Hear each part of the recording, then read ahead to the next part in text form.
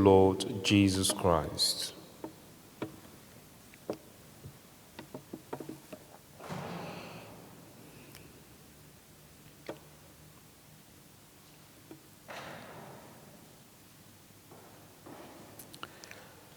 As Jesus drew near Jerusalem and came in sight of the city, he shed tears over it. Reflecting on this gospel passage, the question I've been asking myself is, if Jesus were here today, will he shed tears over our land? If Jesus were here, will he shed tears over our community? If Jesus were here today, will he shed tears over the kind of life you live? Now, Jesus is making his way to Jerusalem. He is in Jerusalem, and he's about to hand over himself to be crucified. He wants to sacrifice himself for each and every one of us in order to bring us the liberation that we need. And so when he got to Jerusalem and looked at the town, the shedding of tears here signified the pain he felt deep within.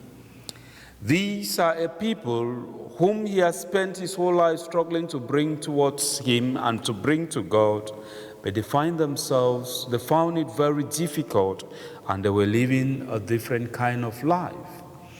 And that is why Jesus is telling them, if only you had understood on this day the message of peace. But alas, it is hidden from your eyes.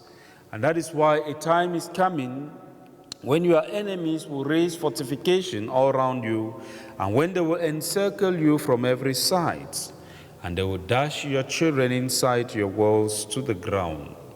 And here Jesus is referring to the fall of Jerusalem that took place in the year 70 AD, when, because everything had been given up, because they were no longer living the kind of life they wanted, God seemed to have abandoned them, and then the land was given up, and the temple of Jerusalem was destroyed. That temple, which was the center of Jewish worship. They've treasured everything in that temple. And because of that, everything about that faith, the Jewish faith, seemed to have crumbled. And Jesus wants us to prepare always. And that is why he goes ahead to tell them, what has happened is because you did not recognize your opportunity when God offered it. God is offering each and every one of us the opportunity to be with him. That's why the response to the responsorial psalm says, he has made us a line of kings and priests to serve him. The question is, am I actually serving him? You listening to me or watching me at this moment, are you actually serving Jesus? As a Christian community, are we actually serving Jesus, and are we actually doing what he wants us to do? And if Jesus Christ were here, is he going to shed tears? When I look at this beautiful country, I see a lot of beautiful things. I see a lot that is being done to enhance human dignity, to enhance the human person. But at the same time, if Jesus was to stand here, will he cry? Will he shed tears because of this beautiful country? Will he shed tears because of our community? And I want to say without fear that he will shed tears. Because there are a lot of things going on that do not reflect what Jesus will want of us. We are not living different from the scribes and the Pharisees who turned their backs away from God, but at the same time they thought they were serving God. Who thought more of themselves and their own opportunities rather than the common people that they were meant to serve. If Jesus had to come into our community, what will he say about our Christian belief? Will he shed tears for the kind of religiosity or for the kind of way we are living our Christian life?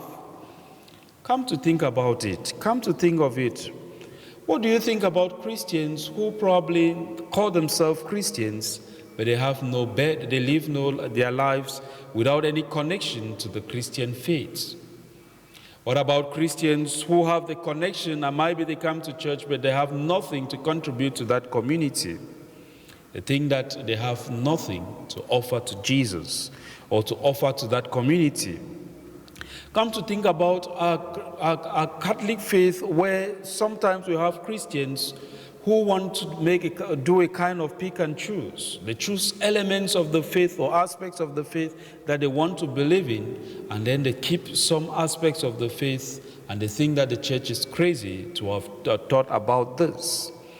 What about Christians who they go out of the church and they live for a couple of years, even decades, and when they return to church, they walk straight up for communion without confession? What about Christians who think that the confessional is not a place for people because Jesus has done away with that and we just need to live a good life and that is all, or we need to just help people and that is all? If Jesus were to come into our community, if Jesus were to stand in front of you and look at your life, is he going to shed tears because of the way you are living and because of the way we have embraced the Christian faith nowadays? I want to say he will. Today gives us an opportunity to evaluate ourselves and see what we can do in order to amend, make amends for the faith, make amends for the way we are living our lives, make amends so that the world can become a better place and we can become that line of kings and priests in order to serve our God. Let that service begin in the communities in which we find ourselves, and then that should be taken over or should be carried over to the other communities, so that as one people we may stand up to love one another and to serve one another in all sincerity of heart. Let this be our prayer today.